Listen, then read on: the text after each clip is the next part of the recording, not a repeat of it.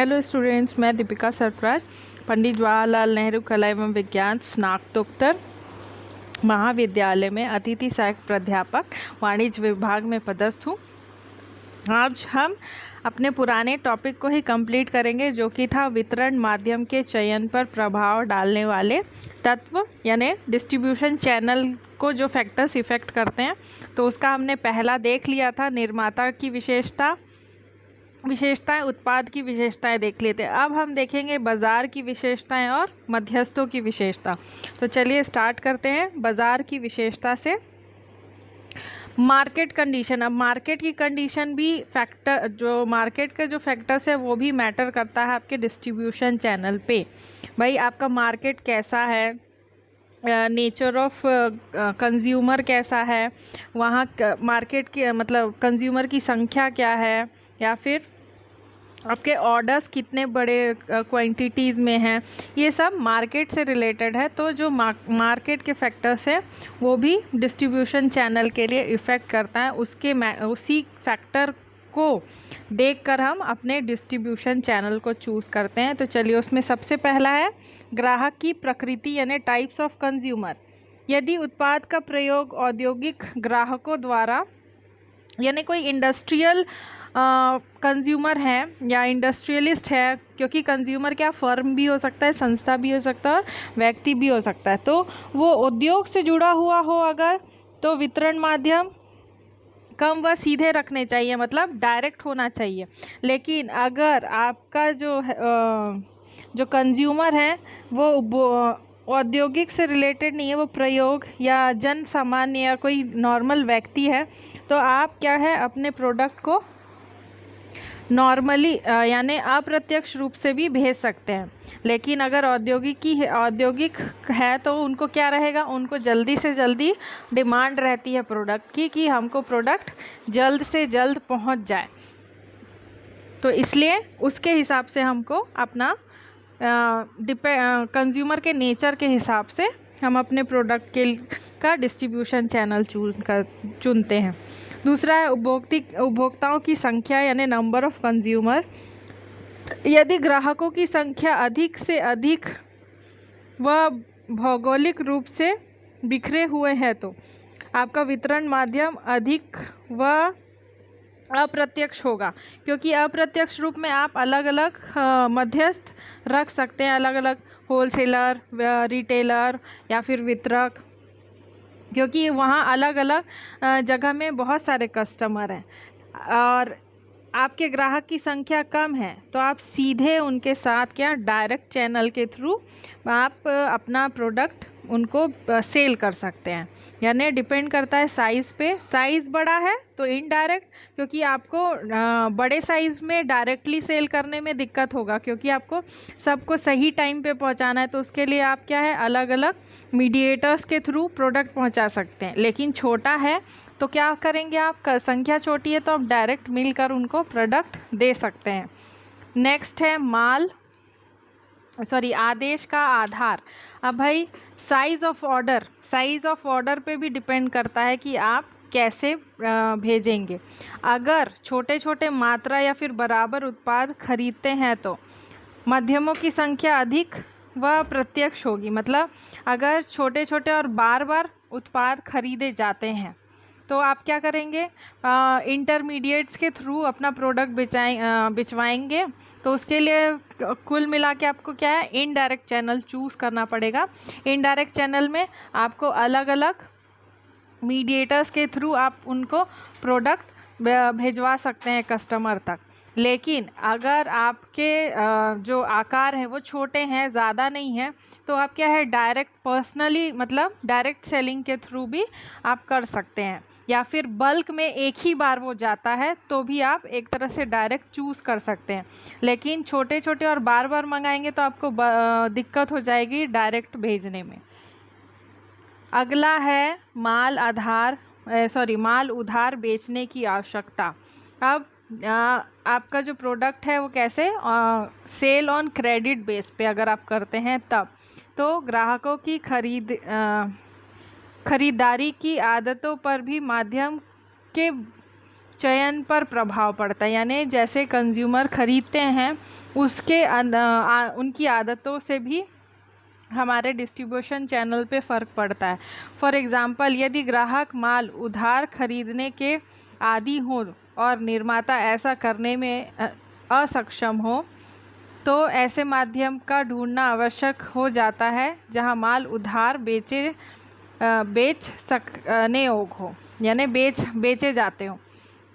तो एक तरह से आप क्या कर सकते हैं, इनडायरेक्ट फैसिलिटी में आप बेच सकते हैं इसको, क्योंकि वहाँ क्या है, जो आपके अलग अलग डिस्ट्रीब्यूटर्स हैं, मीडिएटर्स हैं, क्योंकि वो वहीं के लोकलेट्स हैं, तो वो क्या करते हैं, कई बार प्रोडक्ट अगर आप उनके परमानेंट कस्टमर हो गए हो तो आपको प्रोडक्ट वो कई बार उधार में दे देंगे। डायरेक्ट सेलिंग में भी ये पॉसिबल है, यानी डायरेक्ट चैनल में भी ये पॉसिबल है। आप अगर परमानेंट हैं या फिर आप बड़े व्यापारी हैं तो एक तरह से आप क्रेडिट फैसिलिटी में उसको बेच सकते हैं अपने प्रोडक्ट को। नेक्स्ट है वैधानिक वातावरण, लीगल इन्वायरमेंट। अब बाज़ार में वैधानिक वातावरण का भी वितरण माध्यम के चयन पर प्रभाव पड़ता है, यानी लीगल इन्वायरमेंट भी मैटर करता है आपके डिस्ट्रीब्यूशन चैनल सिलेक्शन में। अगर स्वतंत्र अर्थव्यवस्था है तो निजी माध्यम का प्रयोग किया जा सकता है, यानी एक तरह से आप डायरेक्ट चैनल का यूज़ कर सकते हैं। लेकिन सरकार द्वारा नियंत्रित अर्थव्यवस्था में जैसे कि म्यांमार, यमन, सीरिया देश में क्या है, सरकारी स्वामित्व वाले संस्थाओं को ही वितरण माध्यम के रूप में प्रयोग किया जाता है। अब भाई लीगल एनवायरनमेंट कैसा है, अगर वहाँ आप स्वतंत्र हैं सामान लाने निर्यात करने में तो आपको दिक्कत नहीं होगा, लेकिन कई जगह ऐसा है कि आपको सरकार से एक तरह से या सरकारी वितरण माध्यम से ही आप उस वस्तु को संस्था तक बेच सकते हैं। तो ऐसे संस्था बहुत ही कम लाभ दर में कार्य करते हैं, यानी वो बहुत कम प्रॉफिट में, उतना ज़्यादा प्रॉफिट से नहीं लोग सेल करते हैं। चीन में किसी बहुराष्ट्रीय कंपनी को परचून या थोक भंडार खोलने की आज्ञा नहीं है।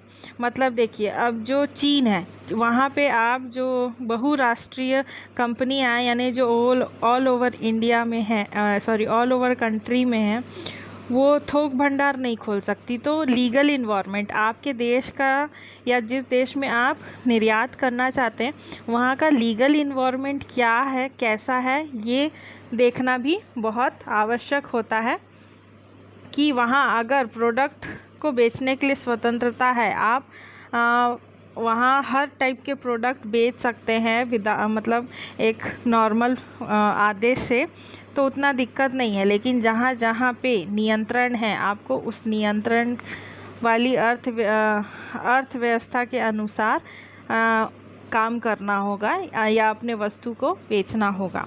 नेक्स्ट है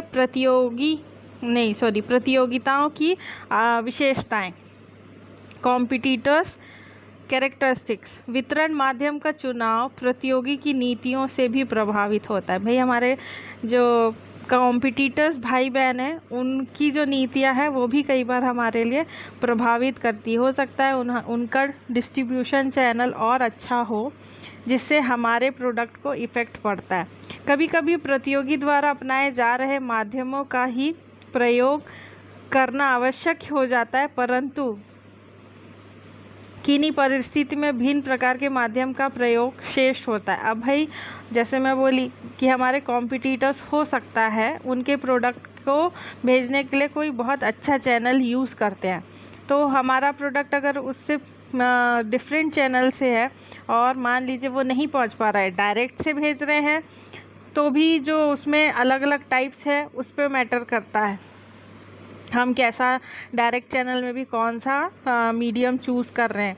तो कई बार हमको अपने कॉम्पिटिटर्स के माध्यम के अनुसार भी भेजना पड़ता है और कई बार अलग माध्यम भी चुनना पड़ता है। अब नेक्स्ट है मध्यस्थों की विशेषताएं, मिडिल मैन कंसिडरेशन। इसमें पहला है मध्यस्थों द्वारा प्रदान की जा रही सेवा। अब भाई मध्यस्थ के द्वारा भी कई बार डिस्ट्रीब्यूशन चैनल इफ़ेक्ट होता है, यानी फैक्टर्स इफ़ेक्ट करते हैं।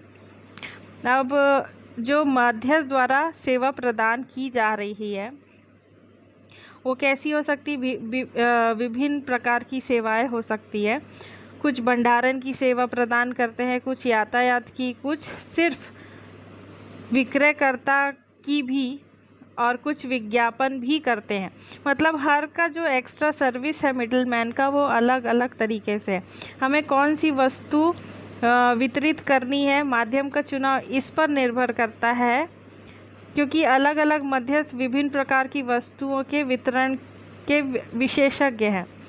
कुछ खाद्य वस्तु की विशेषता होती है, तो कुछ इंजीनियरिंग वस्तुओं, तो कुछ बिजली के सामान। यानी जो हमारे मध्यस्थ हैं वो अलग अलग टाइप के प्रोडक्ट्स सेल करते हैं। वो ज़रूरी नहीं है कि हर सेल्समैन या हर मिडलमैन हर प्रोडक्ट को सेल करे।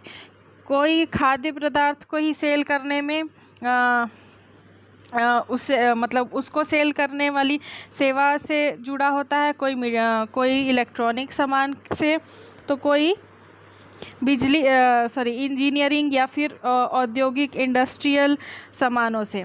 तो उसमें भी मैटर करता है कि आपका प्रोडक्ट किस टाइप का है और वो किस टाइप के प्रोडक्ट की सर्विसेज आपको दे रहे हैं।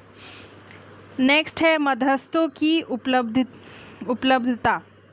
अब भाई अवेलेबिलिटी ऑफ मिडलमैन, यह भी देखना होता है कि क्या वांछित योग्यता वाले मध्यस्थ किसी देश में उपलब्ध हैं और क्या वे हमारे माल में व्यवहार करना चाहते हैं।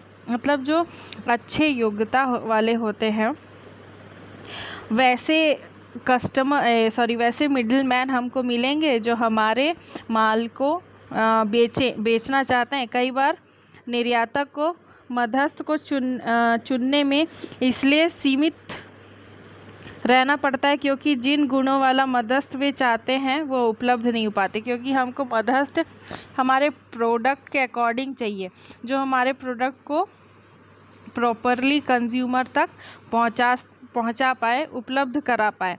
तो वैसे मिडलमैन खोजना हमारे लिए कई बार कठिन हो जाता है। तो उनकी योग्यता डिपेंड करती है, क्योंकि अगर अच्छे योग्यता वाले होंगे, एक्टिव होंगे, तो आपका हर काम वो प्रॉपरली ढंग से कर पाएंगे। यानी उनको प्रोडक्ट को बेचना भी है, सेल प्रमोशन भी करना है, एक तरह से आपके लिए रिप्रेजेंट भी होना है। तो ये सब मैटर करता है। तो इसलिए वैसे योग्यता वाले मिडलमैन को ढूंढना भी एक बड़ा फैक्टर है जो डिस्ट्रीब्यूशन चैनल के लिए दिक्कत होता है। इसीलिए जो अगर आपको अच्छे मिडलमैन नहीं मिले तो आप क्या करेंगे, डायरेक्ट में कोशिश करेंगे। लेकिन अच्छे मिडलमैन मिलते हैं योग्यता वाले कि आपके प्रोडक्ट को ज़्यादा से ज़्यादा वो सेल कराते हैं, तो आप वैसे को अपॉइंट करते हैं। तीसरा है वितरण की लागत, यानी कॉस्ट ऑफ डिस्ट्रीब्यूशन। वितरण माध्यम का चुनाव करते समय उनकी लागत पर भी ध्यान दिया जाना चाहिए। एक वितरण माध्यम बहुत अच्छा हो सकता है पर उसे अपनाना बहुत महंगा होने के कारण छोड़ना पड़ सकता है। भाई डिस्ट्रीब्यूशन जो चैनल है उसका डिपेंड करता है कॉस्ट, कि आपको कितना कॉस्ट और कितना समय लग रहा है। ये ध्यान में दे के आप, कई बार क्या होता है हमको बहुत अच्छा माध्यम मिल भी जाता है, वितरण माध्यम, लेकिन उसका कॉस्ट क्या होता है, बहुत महंगा होता है। तो उसके कारण हमको ओवरऑल अपने वितरण लागत को देखना है कि डिस्ट्रीब्यूशन में हम जो ट्रैवलिंग अलाउंस, एक तरह से जो ट्रैवलिंग में खर्च करेंगे, व्यय करेंगे, वो हमारे ऊपर कितना भार पड़ रहा है, उसके हिसाब से हम अपना डिस्ट्रीब्यूशन चैनल देखते हैं। निर्यातक को इसी माध्यम का चुनाव करना चाहिए जो अधिकतम क्षेत्र में कम से कम लागत पर सेवा प्रदान कर सके। भाई आपको एक तरह से फ्यूचर में स्टैंड होना है, तो आप क्या स्ट्रेटजी अपनाते हैं कम लागत में ज़्यादा से ज़्यादा प्रॉफिट अर्न करना। तो इसलिए हम ऐसा मीडियम चूज़ करेंगे कि जिसमें हमको कम खर्चा पड़े और जहाँ जहाँ हम चाहते हैं वहाँ वहाँ हमारा वितरण भी हो जाए। नेक्स्ट है विक्रय बढ़ाने की क्षमता यानी कैपेबिलिटी टू इंक्रीज सेल्स। उसी माध्यम का चयन किया जाना चाहिए जो विदेश में बिक्री बढ़ाने की क्षमता रखता है। अब ये डिपेंड करता है आपका प्रोडक्ट कैसा है। सबसे बड़ा हमने पढ़ा था ना उत्पाद की विशेषता, ये डिपेंड करता है प्रोडक्ट कैसा है, तभी आप विक्रय बढ़ाने की क्षमता सोच सकते हैं। अगर प्रोडक्ट आपका पेरिशेबल है या नॉन पेरिशेबल है तो आप क्या करेंगे, डायरेक्ट चुनेंगे। लेकिन नॉन पेरिशेबल है प्रोडक्ट, आप पेरिशेबल प्रोडक्ट है अगर आपका, यानी टूटने फूटने वाला जो सामान होता है ना, उसके लिए आप क्या करते हैं, डायरेक्ट चुनते हैं। लेकिन कुछ नॉन पेरिशेबल होते हैं जो आप लेट से आराम से भेजेंगे, कोई दिक्कत नहीं है। या इसको अपोजिट भी कह सकते हैं आप, पेरिशेबल को आप आराम से भेजना चाहते कि वो सेफली कंज्यूमर तक जाए, तो उसके लिए इनडायरेक्ट। और नॉन पेरिशेबल है लेकिन वो सड़ने गलने वाला ना हो तो आप उसको डायरेक्ट भी भेज सकते हैं। तो उससे क्या है, विक्रय क्षमता आपकी बढ़ती भी है। अगर आप डायरेक्ट चूज़ कर रहे हैं, डायरेक्टली आप कंज्यूमर को जल्दी जल्दी प्रोवाइड करा रहे हैं, तो हो सकता है कि आप का विक्रय बढ़ भी सकता है। इनडायरेक्ट में भी बढ़ सकता है क्योंकि उसमें आपके बहुत टाइप्स के मीडिएटर्स हैं, उन सब को आप प्रोडक्ट देंगे तब भी आपका मार्केट में सेल हो रहा है। तो डायरेक्ट में थोड़ा कम उम्मीद है क्योंकि आप एकदम बल्क में सामान नहीं ले जा सकते। इनडायरेक्टली में आप अपने अलग अलग डिस्ट्रीब्यूटर्स या थोक विक्रेता तक अपने प्रोडक्ट्स को बेच सकते हैं। लास्ट है निर्यातक की नीति का पालन, फॉलो एक्सपोर्टर सेल्स पॉलिसी। यह भी देखना होता है कि कोई मध्यस्थ निर्यातक की विपणन नीति का पालन करने को तैयार है कि नहीं। उदाहरण, यदि एक निर्यातक चाहता है कि मध्यस्थ उसके द्वारा निर्धारित मूल्य पर माल बेचे तथा वस्तु की मरम्मत की व्यवस्था भी करे, तो इन शर्तों को स्वीकार करने वाला मध्यस्थ ही होना चाहिए। भाई अब डिपेंड करता है, अगर आप सेल पॉलिसी जो है उसको अगर अपनाते हो तो आप क्या है, एक तरह से इनडायरेक्ट चूज़ कर सकते हो मध्यस्थों के द्वारा, अगर मध्यस्थ मानते हैं। लेकिन मोस्टली जो क्या होता है, जो निर्यातक की नीति का पालन करने वाले होते हैं वो आप एक डायरेक्ट चैनल के थ्रू कर सकते हैं, क्योंकि आपके पास कंट्रोलिंग पावर है। निर्यातक के पास वो कंट्रोलिंग पावर है कि वो प्रोडक्ट को के डिस्ट्रीब्यूशन में या उसकी पॉलिसी जो उसने बनाई है उसी के अकॉर्डिंग वो सेल होगा। लेकिन मीडिएटर्स के थ्रू कराएंगे तो मीडिएटर्स क्या होते हैं, वो अपना अपना प्रॉफिट देखना चाहते हैं। और मीडिएटर्स क्या होता है, आप एक तरह से वो प्रोडक्ट अगर ख़रीद रहे हैं तो वो उस प्रोडक्ट के स्वामी हो जाते हैं, उसके बाद वो किस प्राइस में बेचते हैं वो उनका डिपेंड करता है। तो ये भी मैटर करता है कि अगर आपके मध्यस्थ एग्री हैं आपके डिसाइडेड प्रोडक्ट को आप ही के मूल्य में बेचने के लिए, तो आप इनडायरेक्ट भी चूज़ कर सकते हैं। तो thank you, be safe, be healthy, ये पूरा कंप्लीट टॉपिक ख़त्म होता है। If there is mistake any या फिर कोई मुझसे गलती हुई है उसके लिए मैं क्षमा प्रार्थी हूँ।